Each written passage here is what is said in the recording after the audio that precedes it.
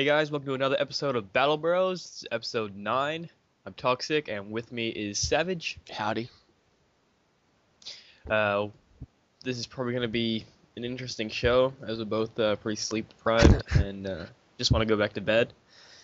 So we'll slug through it and get this thing done. So today we have decent show. It's going to follow the same routine as last time, where we have talk about what we've done, then we go into our first topic, then we have Shame Hammer, Unit of the Week, second topic, and then we follow it off with hobby tip and an outro. So first off, what have we done this week? Savage, what have you done in the hobby? Finished up that storm talon that I was painting. It's almost there. Almost. So pictures should be up any day once I get some time off work. It's taken you a while to paint that guy. Yeah, well, I did most of it, and then this week I haven't really touched it that much. But I did clean up my painting area, so I got a lot more room to paint things and stuff. And I got to work on my lunch hammer stuff as well. So Yes. Yeah, you do. yeah. Any games? Did we have one? We had one, didn't we? Yeah, we had a 1,000-point game. Oh yeah, my my nasty list. Yeah. Yeah. Did you want to talk about that, or you don't want to remember it? Hey, it was still a draw. You could bring it up if you want to. Yeah, it was pretty fun. Kieran brought a nice, friendly Space Wolf list, and I just brought what would I think was fun list, but Toxic didn't have the Whatever same. else was fun. Yeah. It was a 19 Berserkers with Khan in a Storm Eagle, and 10 Chaos Marines in a Rhino. And yeah, Storm Eagle is pretty nasty at dropping people off and assaulting, especially Especially when it can hold 20 guys. yeah. Yeah, Like, so we went for a Yeah. little bit there. yeah, so, I mean, you're turning into me. Yeah, try to make you piss yourself. I'm regressing and, like, getting, a bit easier, and then you're just stepping into my role. What's gonna be a dick? Yeah. So, I've done not much. Well, no, I lie. I painted up a whirlwind for my lunch hammer. Assembled some stuff for a commission. That's about it. What else? Yeah, we played that game. Yes, I still need to get a game in with Seb at some time, but yeah, that's about it. So yeah, so I think that's that segment done. Yep. Okay, so this is our big topic of the show. We're just gonna kind of talk about Games Workshop for a little bit. We kind of touched on the subject at the end of the last episode, and there's a few things have kind of come up in the last week that we kind of wanted to talk about. The biggest one is the fact that it looks like Games Workshop is bringing Australian prices more in line with American prices. Now, don't get excited. It's not as good as it sounds. It does not mean that Australia prices are getting cheaper. What it really means is that American prices are getting more expensive. I think some of the kits in Australia are getting a little bit cheaper. I would expect the Riptide to be over $100.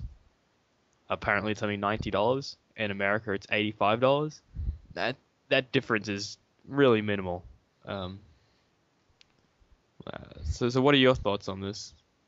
It's pretty crap. It's because none of the prices are any cheaper, and if it is, it's like $5. Something minimal where it doesn't really matter that much, and it just means you got to pay more as well. Yeah, I mean, I think it's pretty terrible. You don't fix a problem by making another problem. Yeah, You're not helping anyone. Yeah, you're gonna make Australians feel like their prices are, a little bit better, but in reality, they're not fixing anything in Australia. They're just making the problem worse in America. Yeah. It's To the rest of the world, it looks like Australia's doing good because they haven't seen the figures before. But yeah, us knowing the it's it's prices of Australia, like, it's pretty poor. I feel like they're just trying to like, you know, cover up you know, kind of what's happened, and it's kind of disappointing. And the big point that I think a lot of people miss, and you don't really know unless you've kind of live in Australia and at least know a little bit about America, is that the minimum wage in, or at least where I worked in Australia, I worked at a convenience store, like, night supervisor, minimum wage, $21. And that's just kind of average, pay in Australia, right? yeah, about like I'm full. Like for a casual, Yeah, it's pretty average. yeah, Um, for that same job over here in California, I'm only gonna get like $8 for it. That's a huge difference. yeah, And considering the dollars are actually more or equal. less it's even, Yeah, like that's insane. And then then you think about it, well, you look at it like, well, in America, I get cheaper gas, I get cheaper rent, I get cheaper food. So it kind of makes sense, I don't get paid as much, but the cost of living is a bit lower than Australia. Whereas in Australia, I get paid more, but I have to pay more for my gas, I have to pay more for my food, I have to pay more for, my rent. And it used to kind of even out with Warhammer. Like, I live in Australia, I get paid more, I pay more for Warhammer. And you're in America, you make less, you pay less for Warhammer. And now it's like they're jumping the American prices up to be equal to the Australian prices. To me, it seems like you're almost trying to cut out the majority of your customers. Because I mean, I'm pretty sure it's pretty easy to say that there's probably more people in America playing Warhammer than there are in Australia. I mean, I think that would just make sense due to the population. yeah, It seems like, it just, I don't know. I don't know. It's there you are going to get to a point where your prices are going to be too expensive for people to play your game. you see, this comes at a time just like a couple weeks after their trade embargo thing as well, where now no one can sell bits, no one can sell out of their own country and things like that, and then they jack up the prices a couple weeks. Or not, they're not a massive price increase, but their prices have gone up a little bit, it seems. Yeah, I mean, I'm still living off the money that I made when I worked in Australia, and so the Warhammer that I have brought recently has I've kind of still been in the mindset of Australian prices, and it's felt kind of good. I mean, I'm using my Australian money. I'm buying, relatively cheaper Warhammer. Um, I'm kind of not looking forward to it when, you know, I get a job and now I'm looking at making, minimum wage, if not a little bit more, depending. And then I'm looking at, well, I want to buy some Warhammer. I'm seriously thinking that I might not want to do that. Yeah, Like, cause I really don't. Honestly, if I'm making $8 an hour, I really don't know if I want to spend, you know, just over 4 hours to buy a tactical squad. yeah, Like it, I don't know. Like, I really think that it's. I'm not gonna say anything now that it's not, kind of pricing me out of the hobby yet. It's definitely going to affect what I get. I'm not going to get as much Warhammer. You know, I'm probably going to focus on the armies that I have a yeah, bit more. yeah, Um, yeah, it's just disappointing. And I think, I mean, I'm not an accountant. Um, in fact, me and Savage were in the same accounting class. We didn't really pay attention, so yeah, so we're not accountants or businessmen or anything like that. So it's kind of hard to kind of get the figures but it just seems from like a common sense standpoint that if you raise the prices you're gonna you're gonna get to a point where they're gonna be so high that the profits that you make from the price increase is not gonna cover the people dropping out of the hobby Yeah, because it's too high. like having like a full-time job like I do and things like a regular decent income, it helps. Like, I can buy a Warhammer and it doesn't really affect me too much, but like people that are casual, things like that that don't have like a decent regular income, it's going to be a lot harder for them to buy Warhammer with the prices going up and stuff like that. Yeah, it's I mean when I was working, at Night Owl, like I was a casual, but I had more or less set shifts.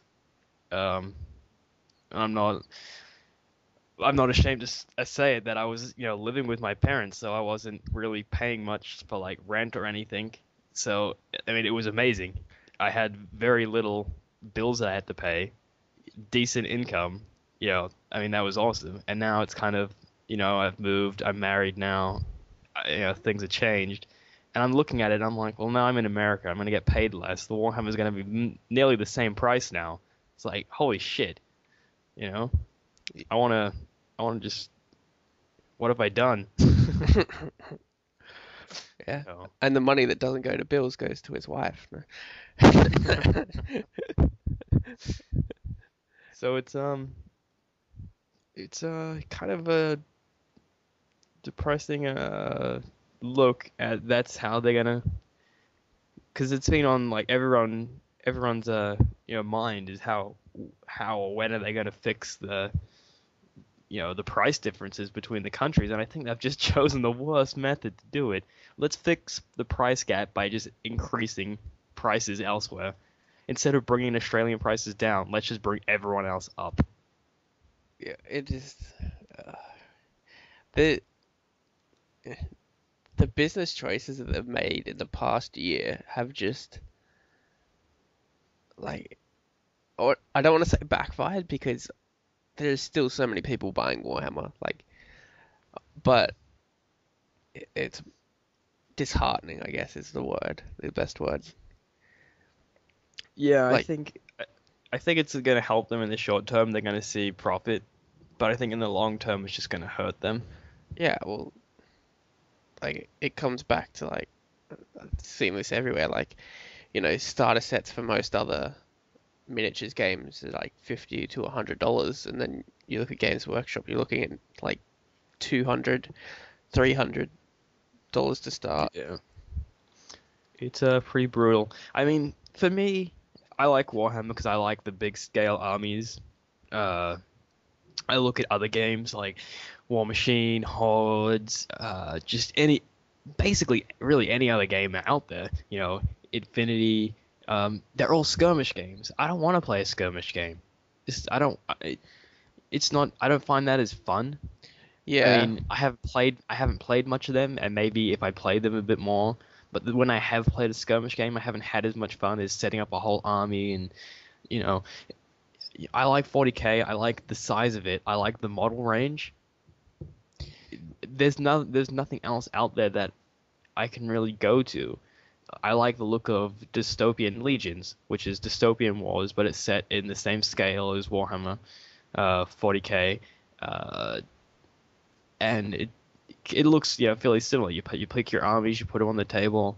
They go around in squads, kind of like 40K, but it's set in kind of like a steampunk, you know, kind of look to it. The problem that I have with that is that it's a new game. The model range out there is very limiting. Your army is basically you can buy a starter army and then buy maybe like I think probably about 3 extra units. Like the model range really isn't there right now to support the game at a level that I want to play it at. So I think that's where Games Workshop still has the biggest customer base is because they have like the most freedom with their game. Like customers have the most freedom with how they want to play, Hmm. what they want to paint it as, what they want to build. Yeah. Yeah, that's the greatest part about 40K and fantasy is that you just have that much freedom. You could convert models and it just insane. Where other games I see is it's not like that. Like, yeah, you can probably do some conversions here and there, but when I played War Machine for a little bit, I really didn't feel like, oh, I can make this really cool conversion with this Warjack because it's just not. I don't know. It's just not the same feel to it. Yeah, They have it. that was like one. It's difficult. It really is. And when you start looking at uh, like War Machine and Hordes at bigger size, because people say, well, you can play War Machine at a bigger size scale apart from Skirmish.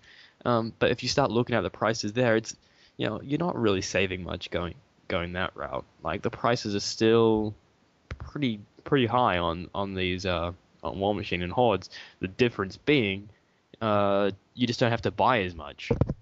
Yeah, You know. But the big thing is that I think Games Workshop, if there's a company that could make things cheaper, it's Games Workshop. They're making these plastic kits that, I mean, what was I trying to say? Like we're looking at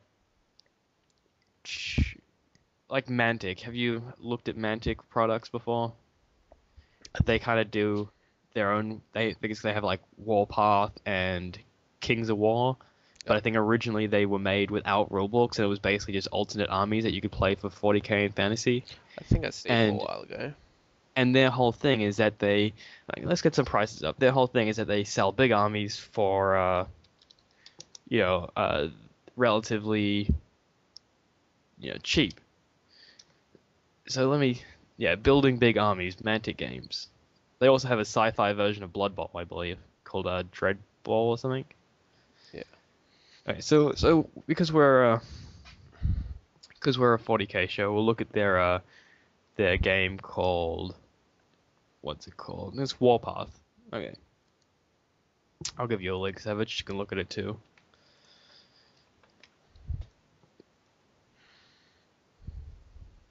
Wrong chat. Here we go. So once you get that link, obviously you'll see they have a few armies. They have one called Marauders, which is basically orcs. You have one called Forge Fathers, which is basically squats. Corporation, which is Imperial Guard. You have Vermin, which is Skaven in space, and Enforcers, which kind of looks like they're Space Marine powered armor guys. And then they also have Zombie Apocalypse, which is I think some of their fantasy zombie kits thrown in with some corporation kits to make a kind of plague zombies, which I believe came out close to the chaos thing. So, so let's look at I don't know. We'll look at the enforcers because I guess they're kind of like space marines. So let's kind of look at the prices here. Well, they're kind of like space marines. They look kind of more like just heavily armored Imperial Guard, but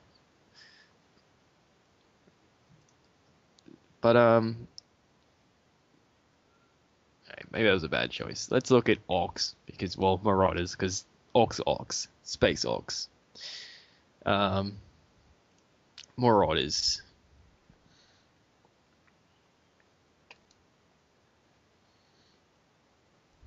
What do you think so far looking at them? They look alright, but it's basically the same thing as what Games Workshop has, really. Yeah, but the point I'm trying to look at is the price of them. Price. Okay, so 20 Marauder grunts, so let's say 20 orc boys, £15. roughly that's about $30 Australian. And how much is 10 orc boys? I think it's like $48, maybe 50. Actually, no, Yeah. I think it might even be a bit more. Who knows? I'll have a look now. But yeah, it definitely works out to be cheaper. Yeah, I'm looking at it now. 15 British pounds is 22.86 American, so about the same in Australian. So for $22 you get 20 orc boys more or less. Yeah. Now you're looking at the picture with me. The quality, what do you think of the quality? I reckon it looks good. It looks a bit like over armored, I guess, for like orcs. So odd but boys. yeah, Yeah, I'm just the point that I'm trying to make here, that I'm trying to build up to, and I'm kind of going off on tangents, is that You look at a company like Mantic, they're making plastic kits, multi-part plastic kits, like Games Workshop. They have a smaller, I probably say that they have a smaller customer base. I mean, it's Games Workshop, you Yeah. know. And so they've probably got a smaller customer base. They don't sell as much, yet the prices on theirs are just insanely different. Yeah. Like $22 for 20 Orc Boys compared to Games Workshop's, and I 40. can't remember off the top of my head, so I'll check it Mine's 48 in Australia for 10. for 10. Yeah. Yeah. Yeah, it's oh, I'm still on the Australian website. Bear with me. Take forever. Sorry. Yeah, it's God damn it, it's still not changing. Oh man, that's What'd you see? remember Marcus's conversion of his Orc bike? Yeah, it's $29 for 10 Orc Boys. Um, or Mantic has 20 of their basically Orc Boys for $22. And I'm actually looking at the quality in the sculpts, and the Mantic models have more detail on them. You're right, they are overly armored, and they kind of look a little bit like scrapyard orcs, like they've just like thrown pieces on them. But that's basically what orcs are. And I'm just trying to figure out how does a company like Mantic produce these, 20 orc boys more or less for $22 when Games Workshop is producing 10 for $30? Yeah. It, where is if there's if and the point I was trying to make is that if there's any company that should be producing plastic kits cheaper, it's Games Workshop because they have the customers. They're selling more product. They have the line to make it a little bit cheaper. Yeah, you would think that as the company got bigger and bigger, their prices would, decrease a little bit because they've got the machines. Like some of their casts are old as shit. Like Corn Berserkers, they haven't changed their sculpt since '96. Hmm. And yeah, like Yes. the justification for the prices is the machines that they use and the casts that they have cost a lot of money. But you think about how many people buy those models and things. Like, do they seriously need that much money to for a machine? No, it's greed. They put the price out there. They've they've gotten that price for years. They're not going to drop it back because they know people are paying for it. They're only going to increase it and just see how much people continue paying for it. I would almost urge people to look at sites like Mantic and other places that sell miniatures that you can use for a 40k game. You're not going to be able to take it to um, a Games Workshop store and play. You might not be able to take it to some tournaments and play, but a friendly pickup game, a friendly game with your friends, you're going to be able to use these miniatures. No one's going to care. They're the same scale. They represent it well. No one's going to care. And it's just look at these alternatives because Games Workshop isn't going to. They don't care about you. They don't care. If it. They just want the money from the models. I honestly don't think they even really care about you playing the game as long as you're buying the models. Yeah, as long as I mean, they've said that in the past that they are primarily a company that sells models. Secondary, they sell rules. overpriced rules. So look at Mantic. I mean, I haven't personally brought anything of theirs. I did get when the company was fairly new. I got some free zombies from them. Um, and they were decent quality. The bases were a little bit odd, but it's something to work around. Worst comes to worst, you could just buy bases on eBay. Yeah, and you're still saving money. So, anything you like to add to this debate? Mm, not really. It's just, uh, who knows? They'll eventually Games Workshop's gonna stuff up somewhere. Like, there's no doubt about it. It's just when. Yeah, it's we just have to enjoy the hobby while we can and just find enjoyment where we can because if you love the hobby like we do, you and you really want to continue playing, really honestly whining about it's not gonna fix anything. Uh, Um, you either buy models from somewhere else, you do what you can to find enjoyment in the hobby. Um, and that's all I can really say. Like, that's the thing. Like people come back to saying that like people don't like Games Workshop because their prices are too high. When really, I'm still happy to pay the prices. Like, you know, it's it's not the best prices, but it's still something that I'll buy. Whereas, like, it's more what I don't like about Games Workshop is how they run their business, not what they charge for it. yeah, I'm undecided. I really think that there's going to be a time in the next year, 2 years, if the prices get any higher, that I'm going to just, you know, I'm not going to be buying 40k anymore. I think I'm already at the point where new armies for me are going to be something that maybe would be once a year type of thing. Yeah, And I will just save my money for when, because if you play the game, you have your one army, you paint that up, and then you just add a model here and there to your army. That's not really a big deal. The price is not really going to affect you too much if you're just doing that. It's going to affect people like me and Savage who would would swap out armies a lot, and we would our part of the hobby for us was going and buying models. yeah, You know, um, one-upping it, each other for what we would buy. yeah, it's I'm not going to be doing that anymore. I'm going to be sticking to my Space Wolves, maybe adding a few things when it comes to maybe like you know when I get some extra money or maybe like once a year. I don't know. It's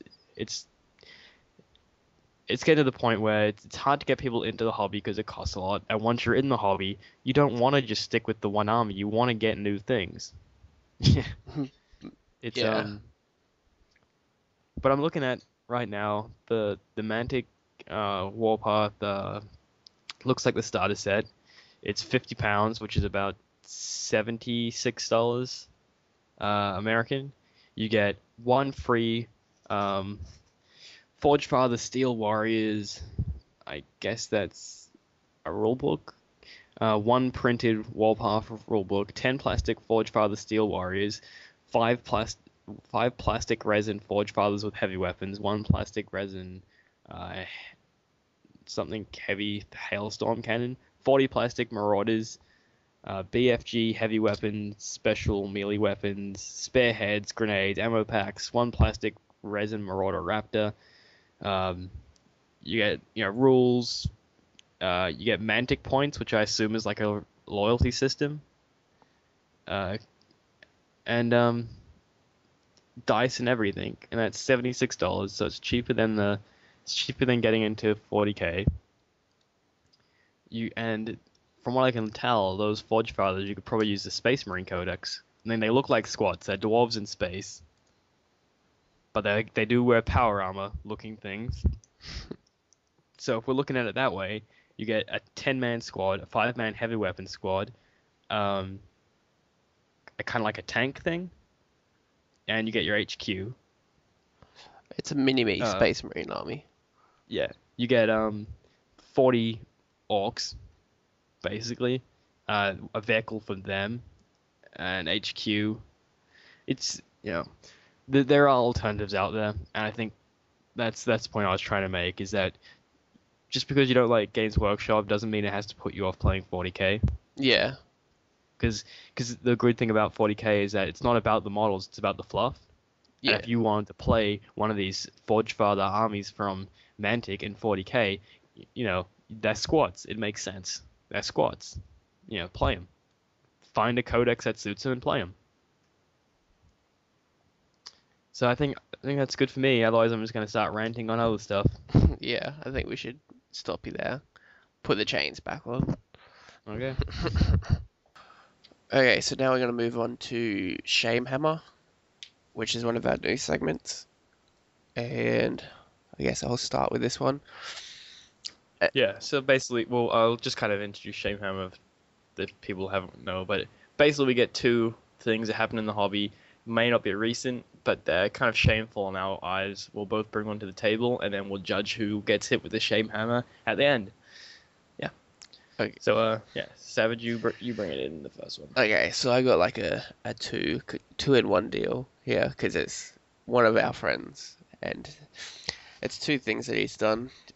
His dad played as well. Like he played Chaos, and his dad had Necrons, and his dad used to get him to put like his stuff together and that. And this one time he didn't have super glue, and he was putting together a monolith, and so this was like when we were like 15 or something, but he put it together with PVA glue instead of super glue.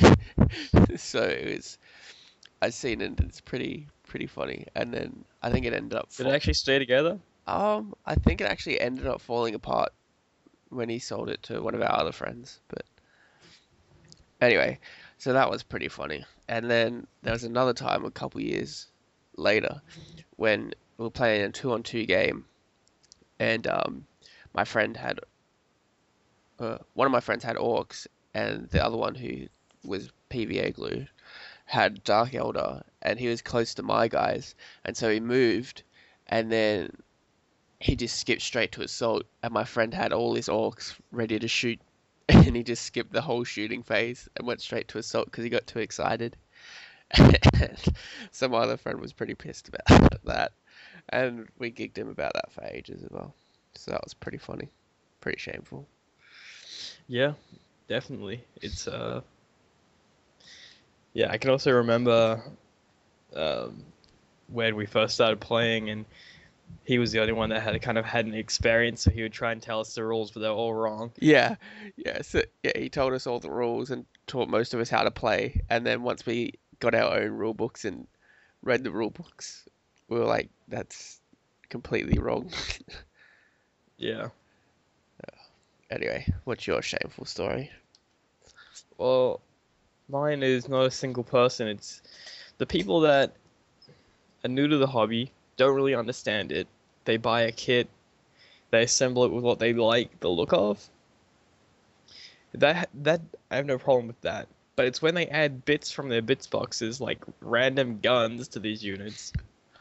Like say, I've seen a basilisk with two autocannons on it. I've seen a dreadnought with the extra heavy bolters sitting on its head. Uh, just random Shit. shit just stuck on models for the sake of having random shit stuck on models. And then that's not the shameful part. The shameful part is them going into a game and expecting to be able to use them. Especially because the new people often verse new people themselves, and the new people don't know if that's meant to be on the model or not. Yeah, So at this stage, you're now taking advantage. You know? yeah. It's pretty stupid, and you see it all the time as well. And it's just ridiculous. Like similar. Were you there that time we were up at Mount Gravatt Games Workshop, and we were versing Grey Knights with Grey Knights, and the kid had like one troop. Oh, it was like Alex versus Yeah, that kid. yeah, Yeah, I was there.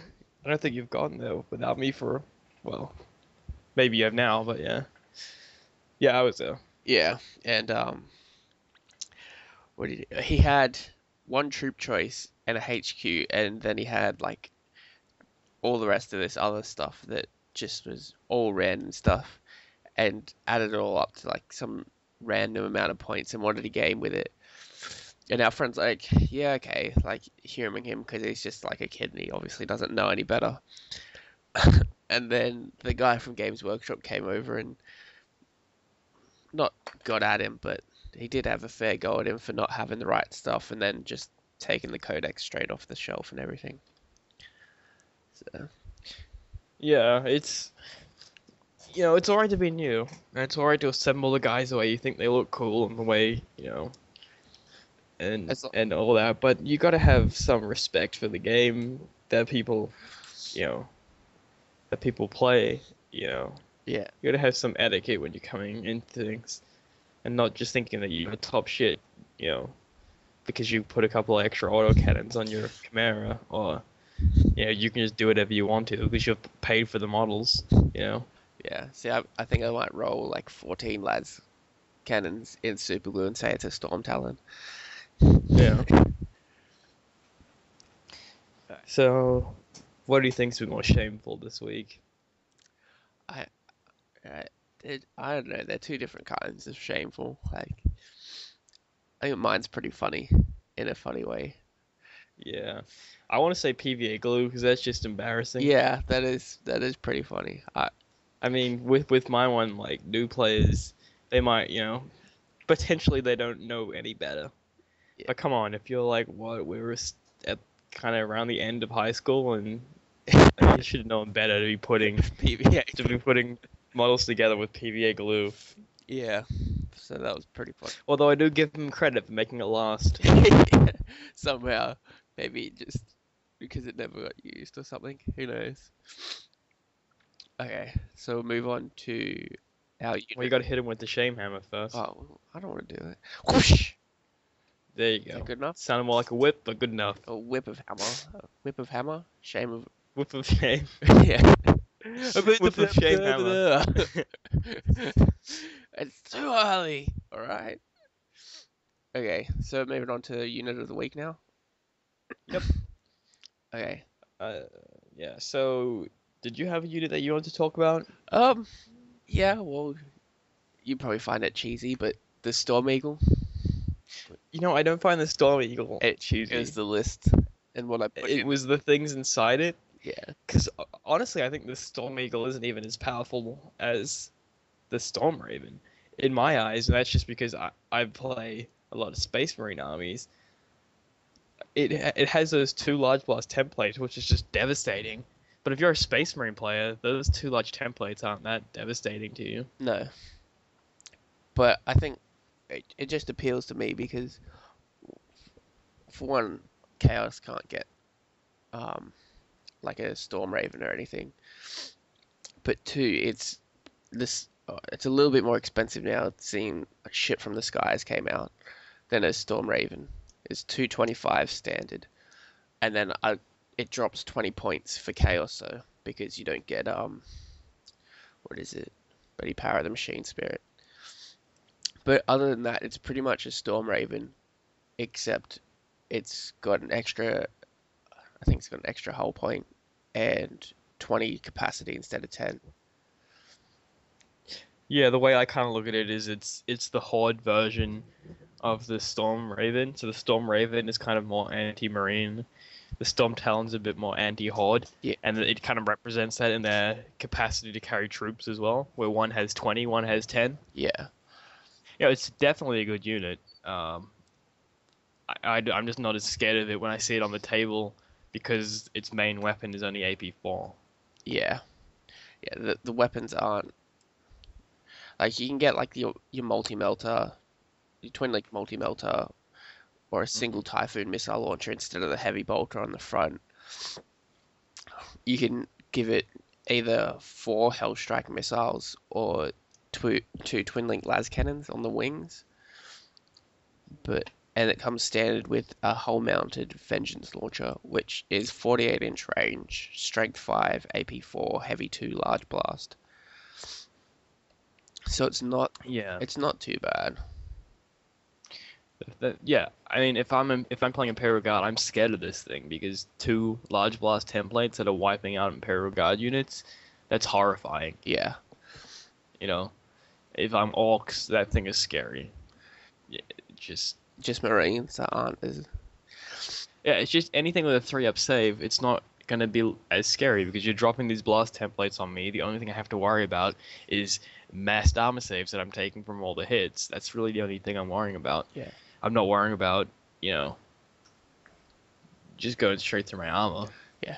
It does have deep strike and it's assault vehicle as well. Yeah. I'm more scared of the things that come out of it. Yeah. Uh, Well, like, yeah, that was terrifying. So, 19 berserkers in Khan moving. but then again, it's such a good close combat unit. It really isn't going to happen from many other armies apart from Chaos. Yeah. You know, because you can't take 20-man squads of Space Marines. No. Which you could though. You used to be able to. Could you? I don't think so. Oh, okay. Because it's more of a legion. Because Space Marine legions were huge and they had big numbers, but when they got cut down to the Codex Astartes says you have X amount of guys, it's kind of more standard layout. Yeah. Well, these were around. Yeah, Back. well, that's the thing. That's why Chaos has Yeah, that's why the cast. has the big numbers because they don't follow the. Yeah. Yeah. So how would you suggest running it? Would you suggest putting a big close combat squad in it? Yeah, definitely put something that's gonna pack a big punch when it gets dropped out. Well, what about people saying, well, you're going into hover mode. Yeah. You're just gonna get killed in hover mode. Yeah, but you get. Because you did get killed in hover mode, if I remember rightly. As soon as you went into hover, next turn I shot you down with my long things. Yeah, it's. You got to take that risk though.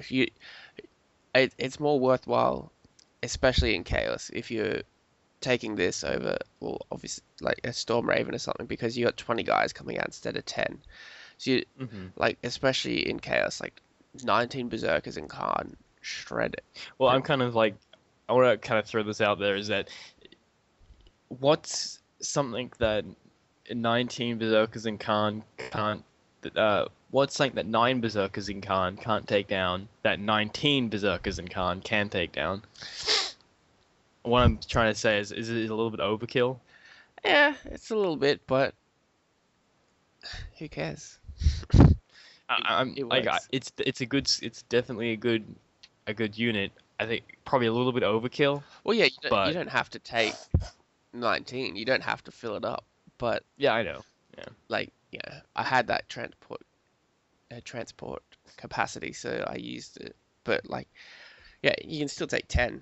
It's just I had that So extra. you think it's a better unit to take. You fly on, you fire your weapons, then you drop into hover mode, get your guys out, and then fire your weapons again, and then potentially die on your second turn that you're out there. Yeah, You reckon it's better to do that than fly it on, spend maybe 4 turns of shooting? maybe like it would depend on what army I'm versing. Like if I was versing like Space Marines, I'd probably put like a close combat squad in there, or something with a lot of like plasma, or something like that that would take down Marines that I could drop off. Whereas like if it was a Horde army, I'd probably just fly that round, just shooting the crap out of everything. Yeah, it's definitely the way that I would try and play it is I would drop the squad down to inside. I would make it maybe a 10-man squad. Hmm. Something something that's effective, but it's not going to be a shame if they never come out onto the board, Yeah, you know?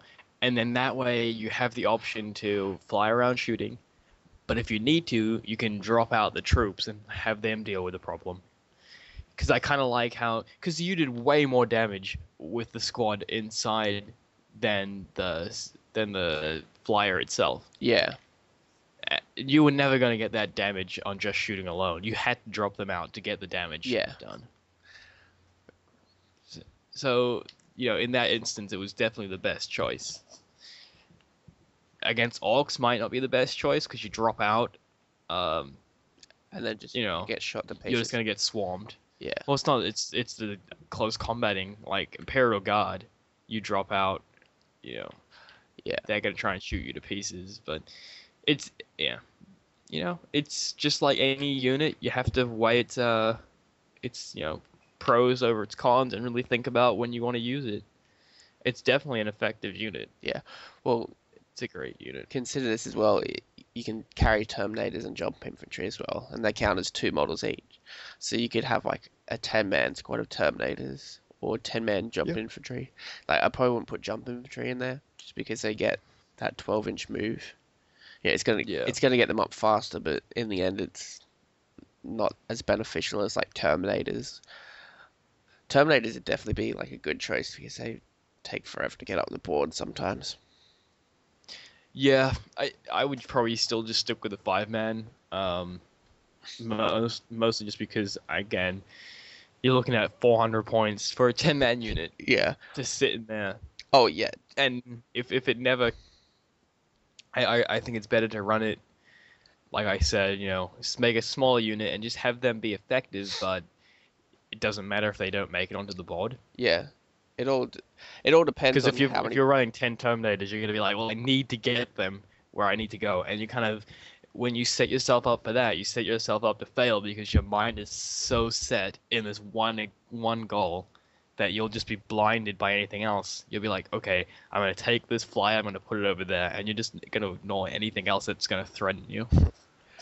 It all comes down like there's so many variables because like so many different points, like different things that you can put in there because it goes for a lot of armies. So, Yeah. but yeah, I like No, I like it. yeah, Yeah. I like it just because of the fact that I can actually take it in chaos, or I can't get a Storm Raven. Yeah, I can take it in Space Wolves too. Yeah, So, so it definitely has lost a little bit of value since Death from the Skies giving everyone Storm Ravens. well, everyone apart from Space Wolves. Yeah.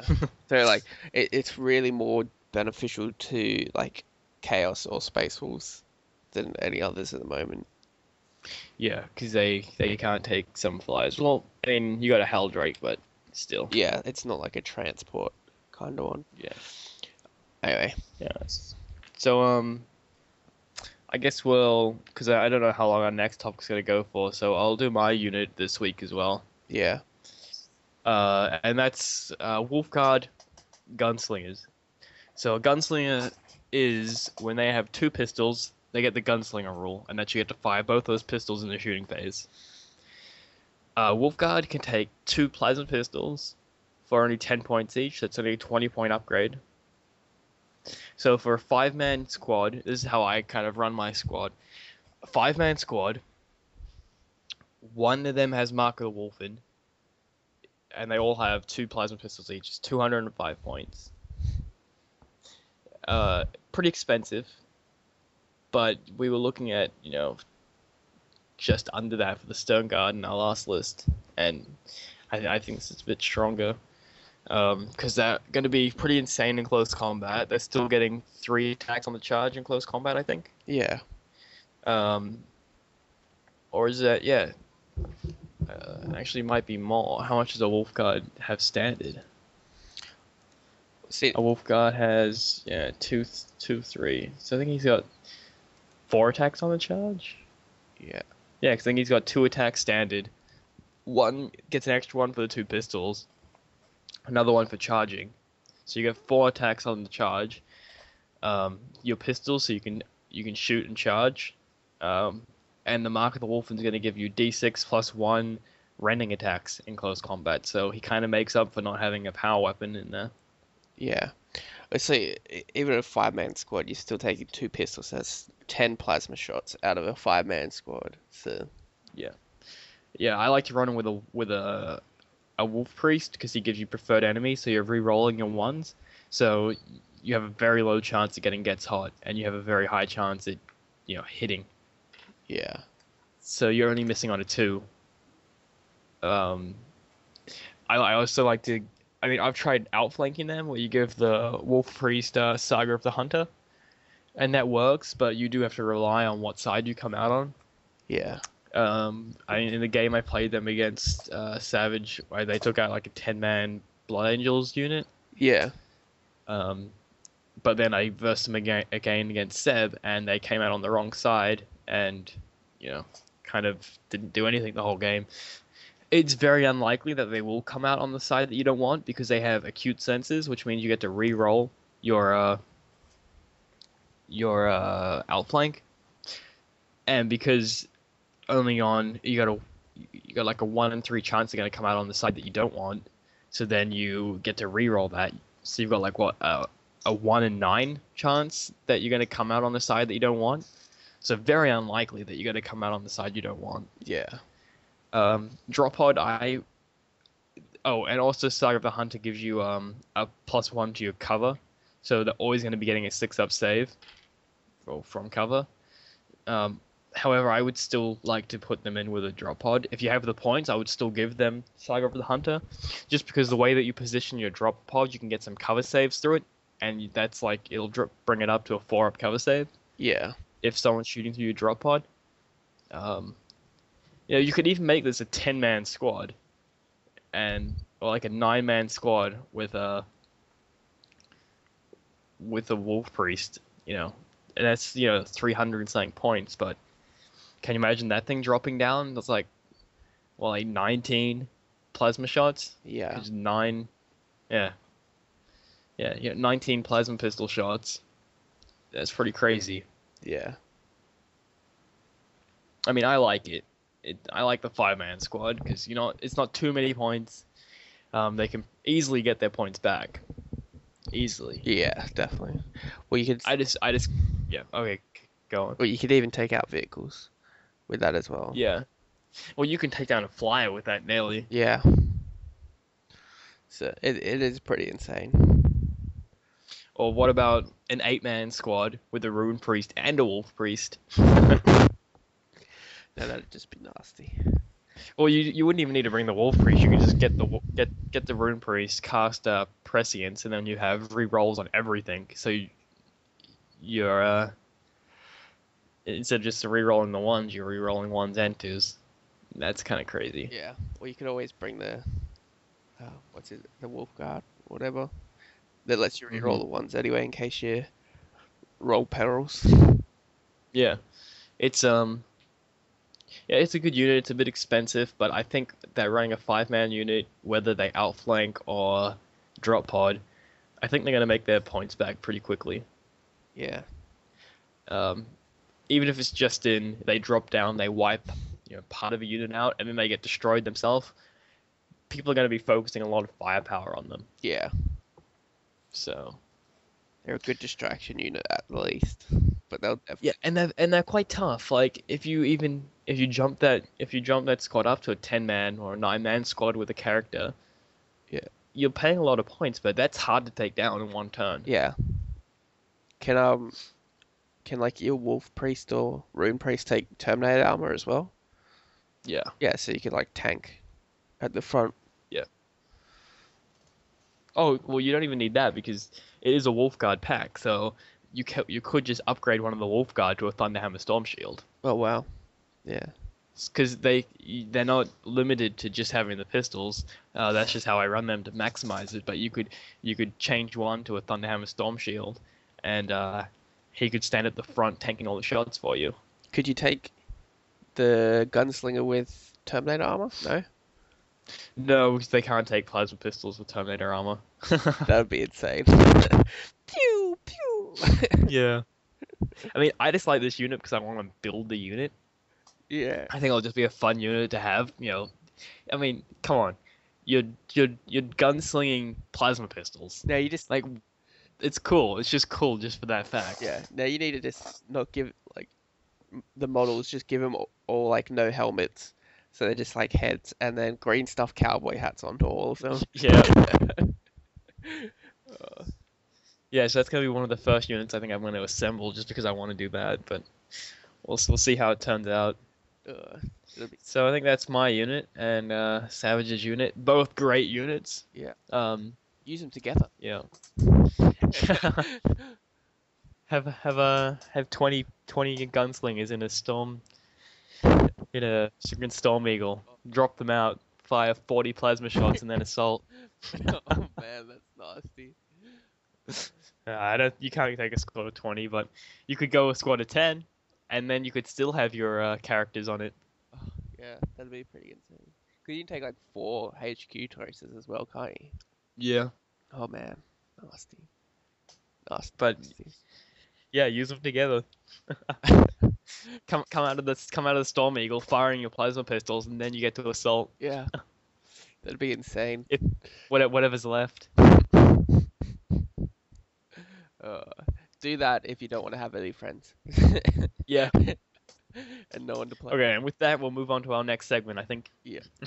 Okay, guys, this is our first interview on Battle Bros. We have Christian from Corruption Points blog on Tumblr. It's a pen and paper RPG blog. Is that correct? That is correct. Yeah. So welcome to the show. Our first guest we've ever had in Thank you. what, I'm an 9 honor. episodes? Yeah. Unfortunately, not the best topic to be brought in on. um, I brought Christian in to talk about why he left 40K when 6th edition came out. The reason why we found this interesting is because me and Savage both we really enjoyed 6th edition when it came out and kind of revitalized us a little bit in the hobby. Started kissing Games Workshop's ass. Yeah, it didn't help we were going there every day, but Yeah. yeah. So I guess we'll get straight to the big question is why'd you quit playing? So allow me to alienate myself from all of your viewers instantly. Yeah. A little bit of history. I think we should start with. Okay. I played 5th edition Warhammer. That's when I started as Necrons before the new Codex, about a year, maybe 2 years before the new Codex came out. And I really loved my Necrons, even though they were bottom tier, let's say. And I bought all these things. I bought like 30 warriors, and I had 2 monoliths, and I bought all of the wrong things because I had no idea what I was doing, and I painted them terribly, and that happened, right? And then right when the Blood Angels Codex came out, the new one, I decided I wanted to switch to Space Marines, and I really enjoyed it. I really enjoy the Blood Angels. I really enjoy their fluff. I enjoyed playing Space Marines as opposed to playing just Necrons for my starting army. And that went on, and I played them for a long time. And again, I played them probably incorrectly. In 5th edition, I was doing all assault troops with a lot of deep striking. Right. So I kind of avoided the vehicle spam of 5th edition. Yeah, fair enough. That's I've played Blood Angels both ways with I've played old jump packs. I've played foot slogging with lots of dreadnoughts, and I've also played vehicle spam. Yeah. The mechanized Blood Angels is a great tactic. You know, they have awesome stuff. But it wasn't my bag. So 6th edition is right around the corner. I buy all these vehicles, right? I have like 2 Storm Ravens. I have 3,000 points of Bale Predators and Razorbacks and shit like that. And I'm looking at all my things and I'm painting them up and I'm getting so excited. And then 6th edition comes out, and they add all these rules for hull points, right? They add rules for flyers, and while okay, I didn't really like it. On the first, so I have a close combat army, right? All my Blood Angels more or less had chainswords and bolt pistols because they're Blood Angels. They should be in your face. Yeah. And then they bring up the flying rules, and flyers in my area sort of took the cake. You know, if you weren't playing flyers, why are you even playing on the table? That happened. The whole points thing is actually pretty cool. But it again in my area switched everybody from, you know, all mechanized to why even run a vehicle? Let's just do foot slogging everywhere. Right. And flyers, of course. And lastly, the fortifications blew up.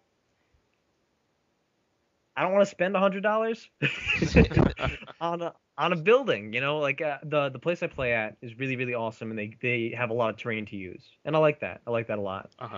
The GW is telling me I need to buy specific terrain to use that'll be points of my army.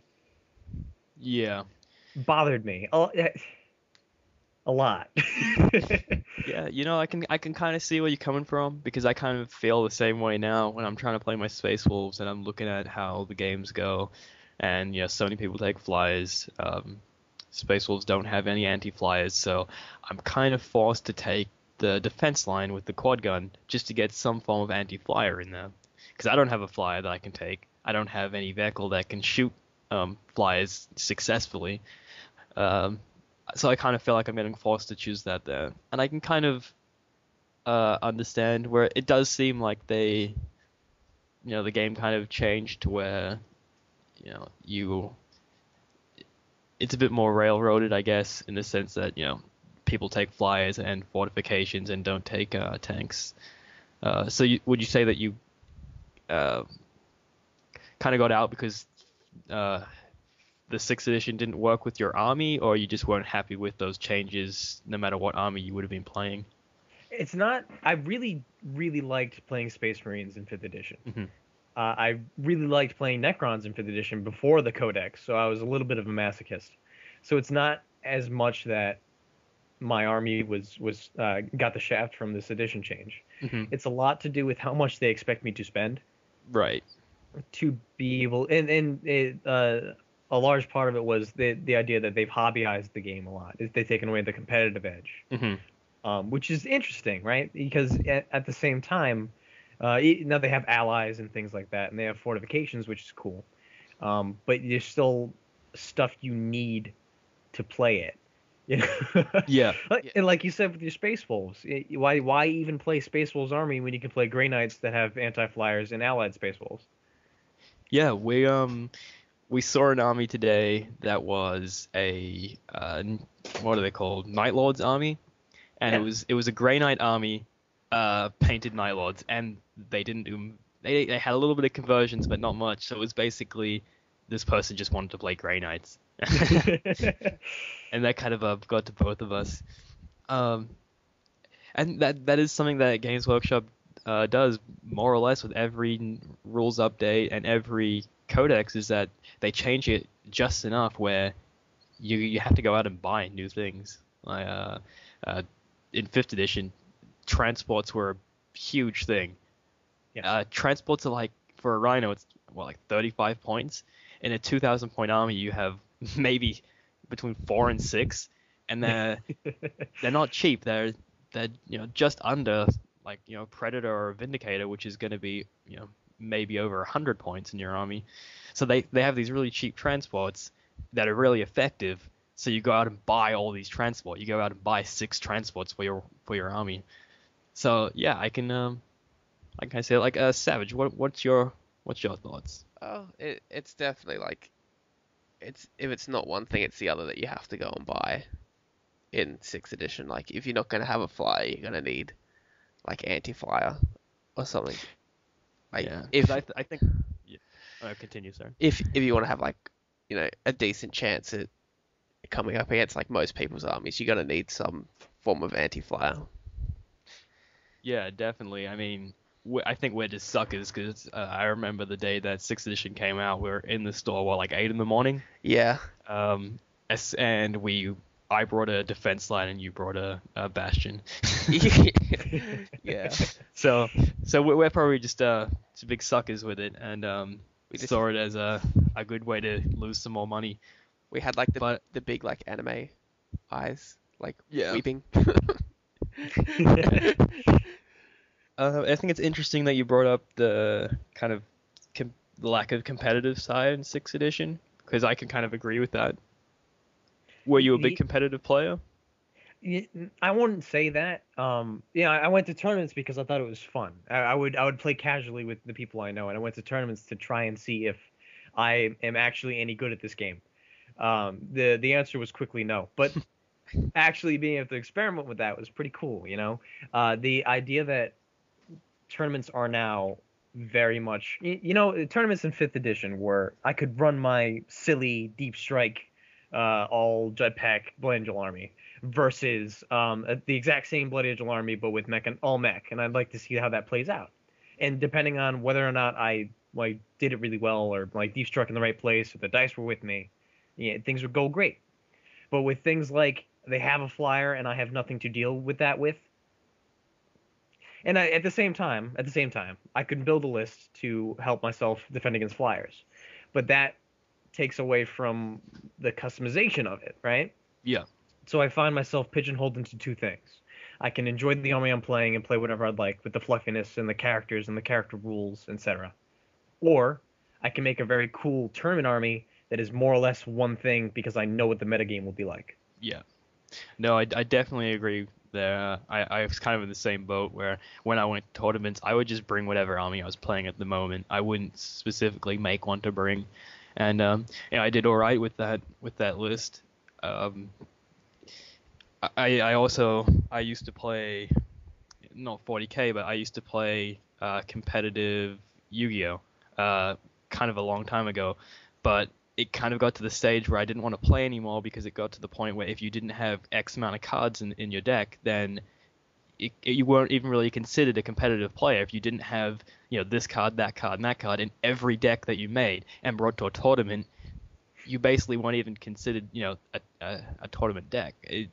And Yes, I yeah. just didn't want to be like that. And it kind of, I kind of agree with the point that you brought up, is that it kind of feels that way with 40K now, is if you don't bring anti-flyer, if you don't bring one flyer, you know, if you don't bring a fortification, you're not fitting into the tournament scene. Right, and at that point you're handing a win over to someone else Hmm. because they bought the things that they need. They're playing the way that they need to play, and that again feels like I'm being pigeonholed into one, purchasing the best things, and Hmm. two, not playing the army I want to play, which No, is annoying. yeah, no, I definitely, because Savage, you like flies, but that's just because that's the army that you want to play, correct? Yeah, like Like it's you're not taking them because you feel like you need to win, no, like or because at least I that's what had you say. yeah, that's what I say. That's what I tell people. So I seem nice. No, well, because I had Blood Angels with Storm Ravens before 6th edition, and like I just took them for fun. Like I remember the first time I got a Storm Raven, and I was playing against you, and I had like a squad inside and a dreadnought on the back, and it got shot down first turn, Yeah, and the dreadnought yeah, died. I would pop those things open turn one, turn two before you could do anything. Yeah, but So I still took it because it was fun, and now like it it's still fun to take them, but like I play against like some of my other friends and they don't have flies, and it makes me feel kind of like a dick because sometimes they're just so hard to take down, and he like one of the friends, he just doesn't like have as much money to put into the hobby, so he doesn't buy flyers. He hasn't bought anything for his army since like 6th edition came out, and it just makes me feel like a dick. But then I want to take it because that's what I like in an army, not because it's that good. But now it is better, I guess. yeah, it's so Christian, what do you play now? You still play on the tabletop, a different system, or? Yeah, I switched to War Machine Okay, that's a pretty just common recently. story. Yeah, yeah. And not to demagogue 40K, but I would be playing 5th edition, I'll be playing 6th edition, and a whole bunch of people I knew would be playing both at the same time. They'd be playing 40K and War Machine because they just don't like eating or buying food. So and I would look at the table and I'm looking at their like awesome models that are excellently like produced and they're all metal or mostly metal I should say, not all metal. And they're all different. And I loved that, you know? Yeah, Like here I am with my 50 exactly the same way assault marines and with the exact same weapon and the exact same jump pack and maybe some Death Company bits, but that's it. yeah, Or a different helmet. And I'm looking at these like complete armies of completely different things, and it's blowing my mind. And I was like, oh man, and you only have like 7 units, and you got to really work with them. So it appealed to me on a skirmish based level, on a painter level, on a modeling level, but not on a expense level. yeah, not until 6th edition, and I was like, oh, I guess I'm done. yeah. Because that's kind of the problem that we have with other games like War Machine, Hordes, uh, Infinity is, well, I know at least for me, is that the skirmish side doesn't really appeal to me as much. I Yep. like having a big army, and like that's just kind of how I like to play. The skirmish side doesn't appeal to me too much. I played War Machine before, and it was fun. Uh, and that end, I'm just so hooked into the background lore of 40K now. Oh yeah. Um, and what was another thing I was gonna? I had a point, but and the like I kind of like the look of games like I don't know if you've seen it, but Dystopian Legions or Dystopian War Legions or something like that. It's based on Dystopian Wars, same universe, but it's played in the same scale as like Warhammer and 40K. Uh, the only problem with that is that they're only a new game, so the model range isn't really there right now. You've only got your starter kit, maybe 1, 2 other units that you could add to it. Yeah. So it's definitely a difficult game to get out of 40K if you haven't either been forced out by price or anything else. It's a hard game to kind of to get out of once you're hooked in there. Yeah, and I have 7,000 points of Blood Angels now that I just don't enjoy, and I feel like such a sucker because I have all these plastic dudes just staring at me, and I have nothing to do with them. With all the people that I used to play with don't want to play for 6th edition, and now I'm spending all this money to even attempt to get into a different game, and to be honest, right, Games Workshop's doing nothing to bring me back. No, yeah, we can definitely agree there because we've basically been talking about that. Yeah, we like 40K, we don't like Games Workshop. And just the decisions that they're making, it does not make it appealing to deal with them. Yeah, it hurts. I feel like I'm benefiting something, I'm profiting something that hates me as a consumer. Yeah, definitely. I think in a year's time we might be having this conversation where me and Savage also have just insane amount of models just sitting around doing nothing because I've like got right that now we're already. working on right now we're working on companies. I'm doing a Space Wolf company. He's doing a Blood Angels company. I got 120 Space Wolves on the way. If I don't get if something happens and I get out of the hobby, then I'm going to be in the same boat with just this massive army sitting around. Have you ever thought about throwing them up on eBay or something and seeing what happens, or you got too much connection with them to get rid of them? I don't. I don't even. And that isn't that a bigger problem? Like all this time I've spent playing with these models and painting them and like a lot of painting. You know how it is. Yeah. And I don't care. And that's a problem. I guess I love the 40K universe and that should be like blatantly obvious from how much I talk about Dark Heresy. Hmm. And just the books. I love the books and all those things. And so I feel like I have a connection to the universe there that the tabletop is not giving me, Yeah. which is upsetting. And I have names for my best dudes. I have a rocket launcher guy that just can't seem to miss, and all that. Like and I feel really cool about those models, but that's like 7 out of 70. and that comes back to my War Machine thing. I have 6 models in War Machine that are all different. They all look amazing. They're all very, very detailed, very modeled, and I know all of them, and they do all different things. And then I have literally 40 of the same Assault Marine, and I like 3 of them. What army do you play in War Machine, by the way? I actually play Hordes. So I play Oh, Legion of Hordes, okay. Everblight. Well, same type of thing, right? It's the There. same. Yeah, it's literally the same game. So I'm not. It's Yeah, whatever. I played Kador and Legion of Everblight. Yeah, very Uh, cool. Wait, Legion of Everblight is the one that's like the purpley dragon guys, right? Yep. Yeah, that's how little I played of it. I played it for a little. I think me and Savage had one game, and that was about it. Yeah, one or two games. I didn't even paint any of my guys. Yeah, you had one game and then you just quit after I had my I forgot what it was called, but like this big flying dragon thing just flew over your army and just like assassinated your caster. Yeah. Yeah, and I don't know. Maybe I'm strange, but I kind of like that the game can always be over if you kill their HQ. I say HQ for the 40K, but like if we're playing 40K and you just kill Mephiston, I'm be like, all right, I still have 70 more people to fight you.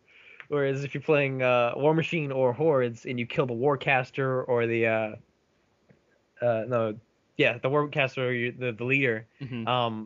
the game's over. At any given time, you could just lose and I could just win. It has nothing to do with how badly I'm being beaten. No, yeah, I definitely felt that way in some of the games that I played. With my Kador, I had my whole army was just my caster. He was a big, what was his name? I think it was like the Butcher or something like that. Basically, this big, tough, kind of like a Space Marine looking guy because he had like a big suit of kind of like power armor. Um, and I had three what are they called? Warjacks. Uh, I assume people will know what I mean, but they're basically big robot looking guys. They're Uh, sort of like dreadnoughts. yeah. And that was kind of my army. Not the best army, but it was what I had. I had the starter, which gave me two of them, and then I brought another one. And I would verse a guy that would play basically the elves of War Machine. Yeah, Yeah. that'd be retribution. Yes, and he had the guys that could push and pull you. They hit you, and then they roll a dice, and they move you like back or forward, however many they roll, something like that. And Kador is very slow, so I basically had no chance. I just could not get there because he would just push me back. However, my Warcaster had a gun, and all I would do every turn would just fire that gun at his caster to try and kill him and just end the game. So yeah, a little bit off topic, but it's kind of something that I'll drag this segue back to 40k. yeah, it's The idea that if I'm playing 40k and I'm playing an objective mission, and all of my troops die, or I only have one troop squad left out of either bad play or like unluckiness, or they just are really really good. And they have two troops and I have one, the game is over. mhm. But the game won't end until turn 5, or all of my stuff dies or stuff like that. So I'm sitting there stuck in a game where I cannot possibly win, but I have to continue Yeah, because of kill points or the amount of points they can get on an objective or all these things. And I don't feel like 6th edition has ever helped that, especially with things like snap firing and the new movement rates and flyers, especially flyers. yeah. I mean, I think it helped a little way with they have the secondary objectives now, and that kind of Yeah. helps you a little bit. But it's still, you are very much against you if you lose your troops. It's very a troop based, because there's only one mission I think now that is kill points, and all the rest are objectives. Yeah. So it's really like you need to have a true heavy army to kind of win games now. So, I have but yeah, I have a question. okay. This is for Christian. If some reason Games Workshop actually listened to their customer base and they went back to similar rules, more to like 5th edition, would you start playing again? Probably. Probably. And that's, I would really like to see what they say. Yeah. Knowing Games Workshop, it would be something so backhanded. It'd be like, because the game was so great before, maybe you'd like to come back if you want. I don't know. But maybe, if they brought it back to, I didn't even like the vehicle spamminess of 5th edition. If they brought it back to the ability to play the troops and the army you want to play without feeling hindered because you haven't bought the newest or best models, I would appreciate that. Yeah, so would I, but that's never gonna happen. Yeah, right. Of course not. Games It's a Workshop business, listening. and It'll happen when everyone's brought all the flyers and no one's buying flyers anymore, and now they'll be like, well, how do we start selling the stuff that we used to sell, now we don't? That's when it'll change. But by then, yeah. back to bikers. Yeah, it's unfortunate. It's always unfortunate to see someone leave the hobby, because I'm in a situation right now that I cannot get a game to save my life with 40k in the area that I'm at. It's terrible for 40k. War Machine, I see a lot of people playing War Machine. Maybe I'm just going on the wrong days to get a game in. I want to try going on a Saturday. I expect more players will be there. The only way I've been able to get games in so far in America is either drag my wife into playing or go into Games Workshop, and I'm not going to go to Games Workshop anymore. So that's My only just choice me, but is to go to Games Workshop because there's no. yeah. And then even then, getting a decent game that isn't versing like a 13-year-old kid who doesn't know any of the rules. Yeah. Yeah, no, I can agree there. So yeah, it's a shame that you're not playing 40k anymore. However, yeah, you still into 40k with Dark Heresy and all that. And as long as you didn't lose the tabletop, because at the end of the day, I find tabletop wargaming is just one hobby in general, and whatever system you're playing, it's all one and the same really. No, I agree with you there. So yeah, I think that about covers it. Anything, Savage? Anything you have left to say? Pretty good. Christian, any final words you want to kind of put in? No, I think I've fully expressed my hatred. No, I think it's good to get some different opinions in on the show, because we both just got sucked straight into 6th edition when it came out and just brought allies. Yeah, I think because we got We were the we suckers. pre-ordered our copies of 6th edition. They let us in the store at like 8 in the morning to buy merchandise like beanies, belts, lanyards. So we brought all that stuff. New tape measures, new templates, just everything. We brought fortifications. I brought Grey Knights for allies with my Imperial Guard. Savage brought Imperial Guard to ally with his Chaos. So we got sucked in completely. We were the suckers that Games Workshop hoped for. Yeah. So it's good to get a different kind of point of view, and I think it'd be really cool at some point to if we can get some more people to do some sort of Dark Heresy thing over Skype or something. I think that'd be I'm kinda cool. open. 'Cause, I'm available. Because yeah, I tried doing that a while ago. It didn't turn out too well, but I was actually looking into the what is it, like the Chaos Marine one? I forget what it's called. Black Crusade. Yeah, that's it. I was looking into that. That would be cool. yeah, actually, because it's kind of 40k, it might be good to bring you back sometime to talk about these role-playing games, because it's still kind of 40k, and we're both really interested in those books as well. So that'd be cool. If you'd like, I'd absolutely love it. I Yeah. have most of the books now, although I only play one of them. And that's I guess Dark Heresy. Yeah, it is Dark Heresy. I guess I'm the sucker that Fantasy Flight is looking for. Whenever they release a new book, I just buy it sight unseen. Yeah, I used to do the same. I have Dark Heresy, Rogue Trader, Death Watch. I had some of the expansions, although I had to leave them in Australia because I couldn't. I was already like $80 over in my luggage, so I couldn't actually bring any more with me. So I just brought the cool rule books. I remember when Rogue Trader came out, and I put down $100 on that thing at a convention, Gen Con, I think. Yeah. Yep. And I put down $100 to buy that thing when it first came out in Australia. So it was kind of interesting because we were playing Dark Heresy at the time, and I brought that, and everyone kind of wanted to switch to Rogue Trader but keep their characters. I'm like, how can I do this? So what we did was I found a way to get them to go back in time, and they altered time where instead of being acolytes for an Inquisitor, they were now on a ship for a Rogue Trader. Excellent. Very cool.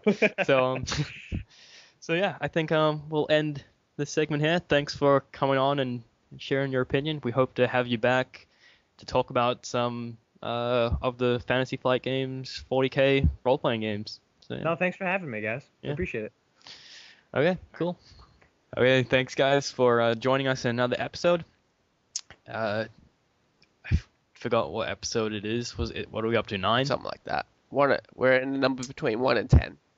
You got. Yeah, we're again, we're really enjoying doing this, putting these episodes out. I look forward to doing these shows every week. So keep sending us in messages. And it's yeah, just awesome stuff. Anything you want to add before we go? Just thanks for Christian for coming onto the show with us, expressing his feelings about Games Workshop and everything. Yeah, I really hope we can get him back on to talk about some Dark Heresy and Death Watch and stuff. Yeah, well, might have to do a special episode on RPG 40k. Yeah, that'll be fun. So yeah, that's some of the stuff that we're looking for in the future. Don't forget Toxic Painting on Facebook to get commissions done. Savage Pancake on Tumblr check out Savage's blog. Tactician Toxic on Tumblr, check out my blog. Dice Troop, obviously. What else? Lunchhammer Mondays. We still have 3 Mondays left, so get your submissions in to get more entries in to win $50 to Games Workshop. That is sponsored by us. Anything else? Any shout outs? Corruption Points Oh, blog. Hammer. Yeah. Yeah, Corruption Points blog is Corruption Points. Don't forget the Hammer is now on Saturday. I'm now hosting it instead of Fox, and Savage is going to be on there with us. Woo! Yeah. So Let the we need to chaos get ensue. Savage. Need to get Savage into learning a bit more fantasy, so it doesn't end up like we got Battle Brothers and Battle Brothers Live, Battle Brothers Live plus Seb. So yeah, so that should be fun. Fantasy. So yeah, again, thanks everyone. I guess have a good one. See you later.